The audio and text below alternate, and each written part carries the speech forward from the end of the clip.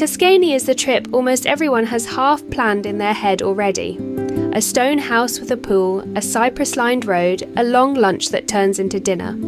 What people underestimate is how much the region rewards fewer decisions. The hills are gorgeous, the roads are slow, and the difference between a wonderful Tuscan week and an exhausting one is almost entirely how many times you pack the car. 3 choices shape this trip: when you go, whether you tour or settle, and how you handle the driving. And one of them sits above the others. Tour or settle, when to go. Tuscany has 2 best windows and 1 month to sidestep outright. Late April to mid-June is the green window. Warm days in the low to mid-20s, wildflowers in the wheat, and hills still green rather than baked. September to mid-October is the best of the lot. The heat has broken, the light turns long and gold, the grape harvest is underway, and the crowds thin after the first week. If you can only pick 1 month, pick September. August is the month to avoid, not only for the heat and an airless Florence, but because it is when Italy itself goes on holiday.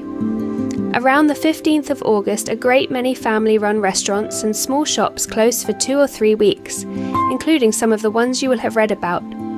Winter is cheap, quiet and half shut. Florence is a pleasure with no queues, but the countryside largely closes down and the famous hills are brown stubble. Go for the cities, not the views. Tour or settle. This is the fork almost nobody is told about before they book, and it matters more than any choice of town. The first option is one base with day trips out. Take a single house in the triangle between Siena, Montalcino and Pienza, and effectively, all of southern Tuscany is inside an hour's drive. You unpack once, you have a pool and a kitchen, and you come back to the same terrace every evening. For 6 or more people, this is the actual point of a Tuscan holiday. Long tables, slow evenings, nobody living out of a suitcase, and a villa split between 8 beats 8 hotel rooms comfortably. The second option is 2 or 3 bases, and it suits couples and first-timers who want Florence properly. 3 nights minimum per base and no more than 3 bases in 10 days. And then there is the hybrid, which is what most people should actually book. 2 or 3 nights in Florence with no car at all, then a hire car on the way out of the city and 1 countryside base for the rest of the week. Where to go and how long each place needs. Florence wants 2 to 3 nights. It is small, dense and entirely walkable, and 2 full days covers the essentials. The Uffizi and the Accademia need timed tickets booked in advance, and the climb up Brunelleschi's dome sells out first, so book a slot the moment your dates are fixed. Then stop doing museums. Cross the river to the Oltrarno, where Florence still lives, and climb to San Miniato al Monte in the evening. Siena wants 1 or 2 nights. It is the medieval city Florence isn't, built around the sloping shell of the Piazza del Campo, and it empties beautifully once the day trippers leave. Chianti wants 2 to 3 nights. It is the wine country between Florence and Siena, and the easiest countryside to reach. Base near Grave, Panzano or Radda, and drive the old wine road that links the 2 cities. Tastings are almost all by appointment now, so book 2 or 3 across your stay, and the Valdorcia wants 2 to 3 nights. This is the Tuscany of the postcards, and it earns it. Bare rolling hills, solitary cypresses, white gravel roads. Pienza is a tiny, perfect Renaissance town on a ridge. Montalcino is the fortress town behind Brunello. Montepulciano is steeper and livelier, with cellars cut into the rock under the main street. So here is a sensible 9-night shape. Nights 1 to 3, Florence, with no car.